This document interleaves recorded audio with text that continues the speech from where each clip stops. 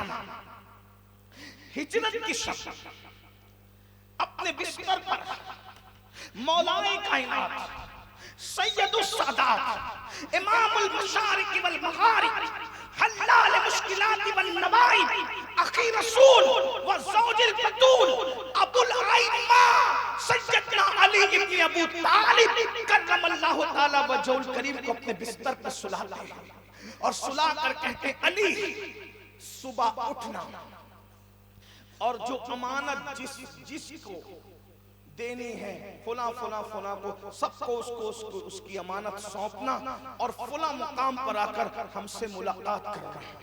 चारों तरफ से लोग तलवार लिए खड़े हैं हुजूर के घर को घेर कर। घर रसूलुल्लाह का घेरा गया है और उस कश्मकश के आलम में रसूलुल्लाह मौला अली से कहते हैं, अली सो जाओ, सुबह उठना और अमानतें लौटा करके तुम फुला मकाम पर हमसे मुलाकात करना। मौलाए कायनात लोगों से पूरी जिंदगी कहा करते थे, पूरी जिंदगी में सबसे ज्यादा सुकून की नींद अगर अली को कभी आई थी तो शबे हिजरत रसूलुल्लाह के बिस्तर पे आई थी। हालांकि उस रात से ज्यादा मौला अली के लिए खतरनाक रात कोई थी। आप गौर फरमाएं, अगर पत्थर लेकर के लोग खड़े हो जाएं किसी के बिस्तर को घेर कर तो क्या उसको नींद आ सकती है? नहीं। तो जिसको तलवार लेकर के लोग घेर करके खड़े हो उसको नींद। और बोल कौन रहा है? वो अली जिसने जिंदगी में कभी झूठ नहीं बोला, वो अली जिसने आंखें खोली तो रसूलुल्लाह को देखा, वो अली जिसकी विलादत काबे में, वो अली जिसकी शहादत मस्जिद में, वो अली। अल्लाहु अकबर। अली को लोग समझते क्या है? अल्लाह अल्लाह अल्लाहु अकबर, जिसको फतेह मक्का के दिन रसूलुल्लाह अपने कंधों पे उठा ले। जरा गौर तो फरमाए, क्या शान है मुस्तफा जान रहमत के, इस अजीम सहाबी की, इस रसूलुल्लाह के भाई की, अखीए रसूल की। हुजूर ने उन्हें अपने कंधों पे उठाया। बहरहाल मौला मुश्किल कुशा कहा करते थे, जितने सुकून की नींद हिजरत की शब आई है उतनी सुकून की नींद कभी नहीं। कहा वो तो नींद आने की रात ही नहीं थी, लेकिन आपको नींद आ कैसे गई? तो फरमाया कि हर रात अली इस नियत के साथ सोता था बिस्तर पे अपने कि सुबह उठने की कोई गारंटी नहीं है, क्योंकि मौत का कोई भरोसा है कि मौत का कोई भरोसा है? मौत कभी भी आज लोग तकरीर करते करते गए, लोग खाते खाते गए, लोग सोते के सोते रह गए। बोलो मरने वाले कैसे मरते हैं? अब पता नहीं हमें भी आएगी तो कैसे आएगी, लेकिन जाना जरूर है। पता है किसी को कब मौत आएगी? कोई बता सकता है? कुछ नहीं बता। मौत का कोई भरोसा है नहीं। मौला मुश्किल कुशा कहते हैं हर रात इस खौफ से सोते थे कि पता नहीं उठेंगे कि नहीं उठेंगे, लेकिन उस रात इतने यकीन से सोए, सुकून से सोए। उठना जरूर है। आज मौत नहीं आ सकती, आज मौत अली को नहीं आ सकती। गौर फरमाए, लोग अज़मत सहाबा की बात करते हैं, हमने कहा सहाबा का अकीदा तो पहले इख्तियार कर लो, इसलिए कि सहाबा की अज़मत का नारा भी लगाते हो और नबी को अपनी तरह भी कहते हो। सहाबा को अजीम बनाया किसने? जिसको अपनी तरह कहते उसी ने अजीम बनाया। मैं तो लोगों को कहता हूँ, जब मौलवी अजमत सहाबा बयान करने पर आता है शियों के मुकाबले में, तो क्या कहता है कि सहाबी की तरह कोई नहीं, सहाबी की तरह कोई नहीं, सहाबी की तरह बल हमारा भी अकीदा है। लेकिन मुल्ला जी फिर तो दूसरे दिन इज्तिमा में ये भी कहता है कि मैं नबी की तरह, नबी मेरी तरह। तो मैंने कहा सहाबी की तरह कोई क्यों नहीं, क्यों नहीं? तो मजबूरन कहना पड़ता क्योंकि सहाबी ने रसूलुल्लाह को देखा। मैंने कहा जालिम, इस अकीदे पर तो हम भी मुत्तफिक है कि सहाबी ने रसूलुल्लाह को देखा, इसलिए उनकी तरह कोई नहीं। तो तू पूरी जिंदगी तौहीद के नाम पर चिटिंग करता रहा, तो बता तो सही नबी बड़ा है कि खुदा बड़ा है? अरे जो नबी को देख ले उस अबू बकर की तरह कोई नहीं हो सकता, तो जो खुदा को देख ले उस मुस्तफा की तरह कोई कैसे?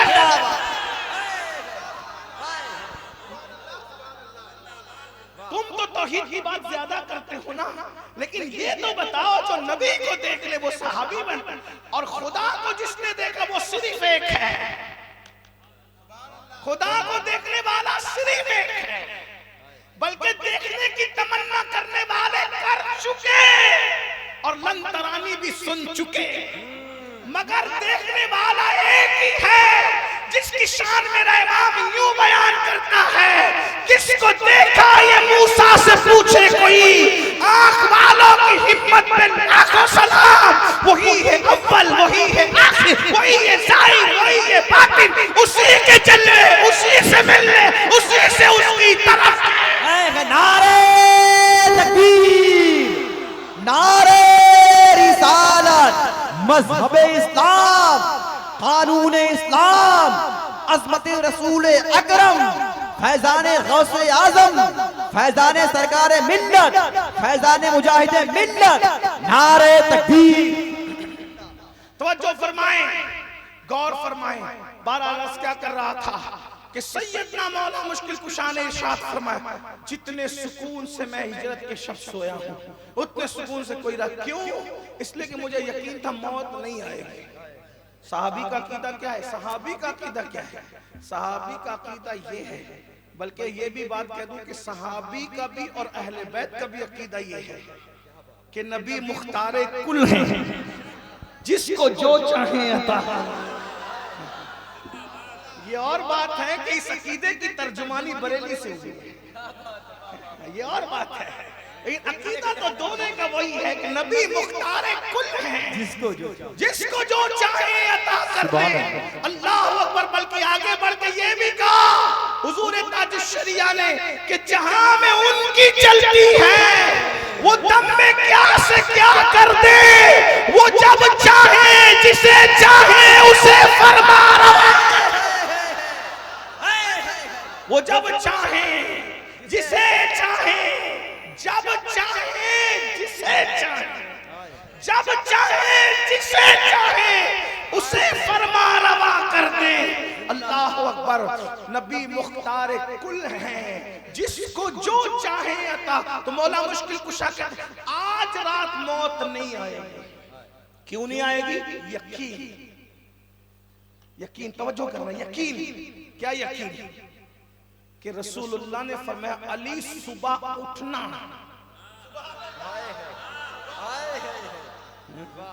इस पर मैं सोरू वाले और गिरद नवासे या मुजाहिदे मिल्लत के पड़ोसियों को नहीं कहूंगा कि जब अज़मत रसूल बयान होती है तो सुभान अल्लाह कहा जाता है।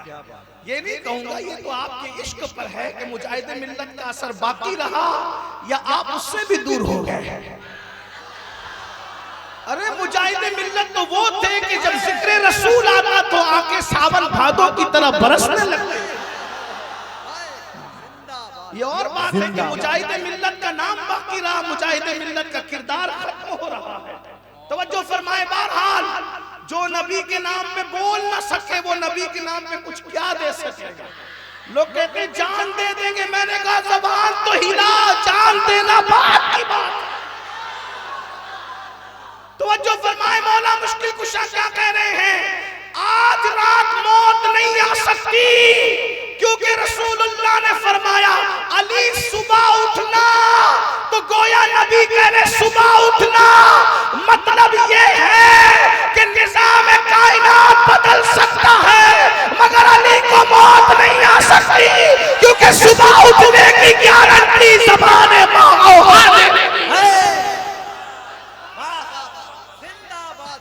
आगे बढ़ने से पहले एक खास बात, आगे बढ़ने से पहले एक खास बात अर्ज करूं। आज लोग कहते हैं मौलाना सब कुछ है, सुकून नहीं। तवज्जो है आपकी। रात बहुत आखिरी पहर में आ गई है, लेकिन आशिकाने रसूल का कोई आखिरी पहर नहीं होता है। हम जहां से शुरू करते हैं वही अपना पहला पहर है। हाँ, बात ये है। तवज्जो है आपकी। तवज्जो फरमाए। बहनों की भी अगर वो समझे तो उनकी भी तवज्जो चाहता हूं। लोग कहते मौलाना सब कुछ है, सुकून नहीं है, सुकून से नींद नहीं आती। मैंने कहा किसी को सुकून की नींद नहीं आती। सुकून की नींद सिर्फ उसको आती है जो नबी की बात पर यकीन रखना सीख लेता है। अगर तलवारों की झंकार में भी सुकून से सोने का शौक है तो अली तरह यकीन पैदा कर ले, मौला अली जैसा यकीन पैदा कर ले। यकीन महकम, अमल पे हम, मोहब्बत फातह आलम जिहाद जिंदगानी में है, ये मर्दों की शमशीरें। उसके बाद तीसरी और आखिरी बात इस उन्वान पे समाप्त कर ले, फिर दूसरी बात की तरफ आएंगे और बात पूरी कर लेंगे। तवज्जो फरमाएं, हुजूर जा रहे हैं हिजरत के लिए। मक्के में ऐलान हो गया, मोहम्मद अरबी रूही फिदा सल्लल्लाहु अलैहि वसल्लम। हम इस तरह हुजूर का नाम नहीं लेते, लेकिन चूंकि काफिर बात कह रहे हैं उनकी बात नकल करने के लिए, वरना जब भी हम हुजूर, पहली बात तो हम नाम मोहम्मद लेने की हिम्मत ही नहीं करते हैं। हमारी औकात के 1000 बार बिशोयम दहन ज मुश्क गुलाब हुनूस नाम तो गुफ्तन कमाल बेअदबी। या रसूलुल्लाह, अगर मैं करोड़ों मर्तबा मुश्क और गुलाब से अपना मुंह धुल लूं तो फिर मेरी जबान इस काबिल नहीं हो सकती कि मैं एक मर्तबा आपका नाम लेने का हक अदा कर सकूं। जिसका नाम इतना बेमिसाल हो, उसकी जात कितनी बेमिसाल हो, कितनी बेमिसाल वो जात होगी। बहरहाल ऐलान हुआ, वो निकल गए मक्के से। जो ढूंढ के लाएगा 100 सुर्ख ऊंट मिलेंगे, इतना सोना मिलेगा, ये इनाम मिलेगा। सुराका इब्ने मालिक नाम का एक शख्स, वो ऊंट की और सोने की लालच में निकल पड़े। अभी ईमान नहीं लाए, हुजूर को देखा, और हुजूर को देखने के बाद नियत ये थी कि इन्हें उनके पास ले जाकर के जो है वो सौंप देंगे। सरकार अलैहिस्सलाम ने जैसे ही देखा सुराका की नीयत अच्छी नहीं है, फरमाया जमीन से इसके घोड़े के पैरों को पकड़ ले। घोड़ा जमीन में धंस गया। तवज्जो है, घोड़ा जमीन में धंस गया। सुराका ने हाथ जोड़े, सरकार माफी, अब नहीं करूंगा, ऐसी जुर्रत नहीं करूंगा, जमीन छोड़ दे, जमीन में छोड़ दे। फिर हुजूर जाने लगे, फिर नीयत बदली, फिर जमीन ने घोड़े के पैर पकड़ लिए, फिर घोड़ा धंसा। अब यकीन हो गया कि ये कोई मामूली हस्ती नहीं। हुजूर अलैहिस्सलाम ने सोना और ऊंट, 100 ऊंट और सोने का अंदर दिल में जज्बा देखा। उससे बड़ी बात की, मैं सुराका, मैं तेरे हाथों में किसरा के कंगन देख रहा हूं। ईरान का बादशाह जो कंगन पहनता है वो मैं तेरे हाथों में देख रहा हूं। किसको का? सुराका का। सुराका के दिल की दुनिया बदली, दिल से लालच निकली और रसूलुल्लाह की मोहब्बत इश्क पैदा हुई। सुराका मोमिन हो गए। सरकार ने, मैं सुराका जा, मैं तेरे हाथों में किसरा के कंगन देख रहा हूं। सुराका चले गए। हजरत सुराका मोमिन होकर लौटे। आए थे, बदल कर गए। तवज्जो, फिर हुजूर का दौर पूरा गुजरा जाहिरी तौर पे। नंबर 1 तवज्जो याद रखना, हुजूर हर दौर हुजूर ही का दौर है। हुजूर अलैहिस्सलाम जब बाज़ाहिर न आए थे तो भी उन्हीं का दौर था, और अब वो पर्दा फरमा गए हैं। वो गए नहीं हैं, वो हमारे दरमियान ही मौजूद है। जाहिरी तौर पर गए, लेकिन हकीकत में हमारे मेरे इमाम कहते हैं, कर्नों बदली रसूलों की होती रही, कर्नों बदली रसूलों की होती रही। चांद बदली का निकला हमारा नबी, चांद बदली का निकला हमारा नबी। ये फरमाया महबूबा, जमाने सारे तेरे हैं। किसी पंजाबी शायर ने कहा था, ये फरमाया महबूबा, जमाने सारे तेरे हैं। अरश वाले फरश वाले दीवाने सारे तेरे। हर जमाना आपका है, हर दौर आपका है, हर असर आपका है। लेकिन हुजूर अलैहिस्सलाम का जाहिरी दौर वो है जिसमें हुजूर अलैहिस्सलाम बज़ाहिर दुनिया में मौजूद थे। अब तो हैं मौजूद, लेकिन बज़ाहिर दुनिया से तशरीफ ले गए, हमारे दरमियान से बज़ाहिर तशरीफ ले गए। लेकिन तवज्जो फरमाए, गौर फरमाए, सरकार का जाहिरी दौर गुजर गया। सुराका ने ये नहीं कहा, मुझे तो किसरा के कंगन की बात कही थी, उस वक्त मिलेगा कि नहीं मिलेगा। सुराका मुतमईन है, तुम्हारे मुंह से जो निकली वो बात। हुजूर का दौर जाहिरी चला गया। सिद्दीक अकबर का जमाना आया, 2.5 साल उसके भी निकल गए। फारूक आजम का जमाना आया। सुराका इतने बीमार हुए कि सुराका को बचने, यानी सुराका के मुतालिक, सुराका को नहीं, सुराका के मुतालिक, हजरत सुराका के मुतालिक सब नाउम्मीद हो गए।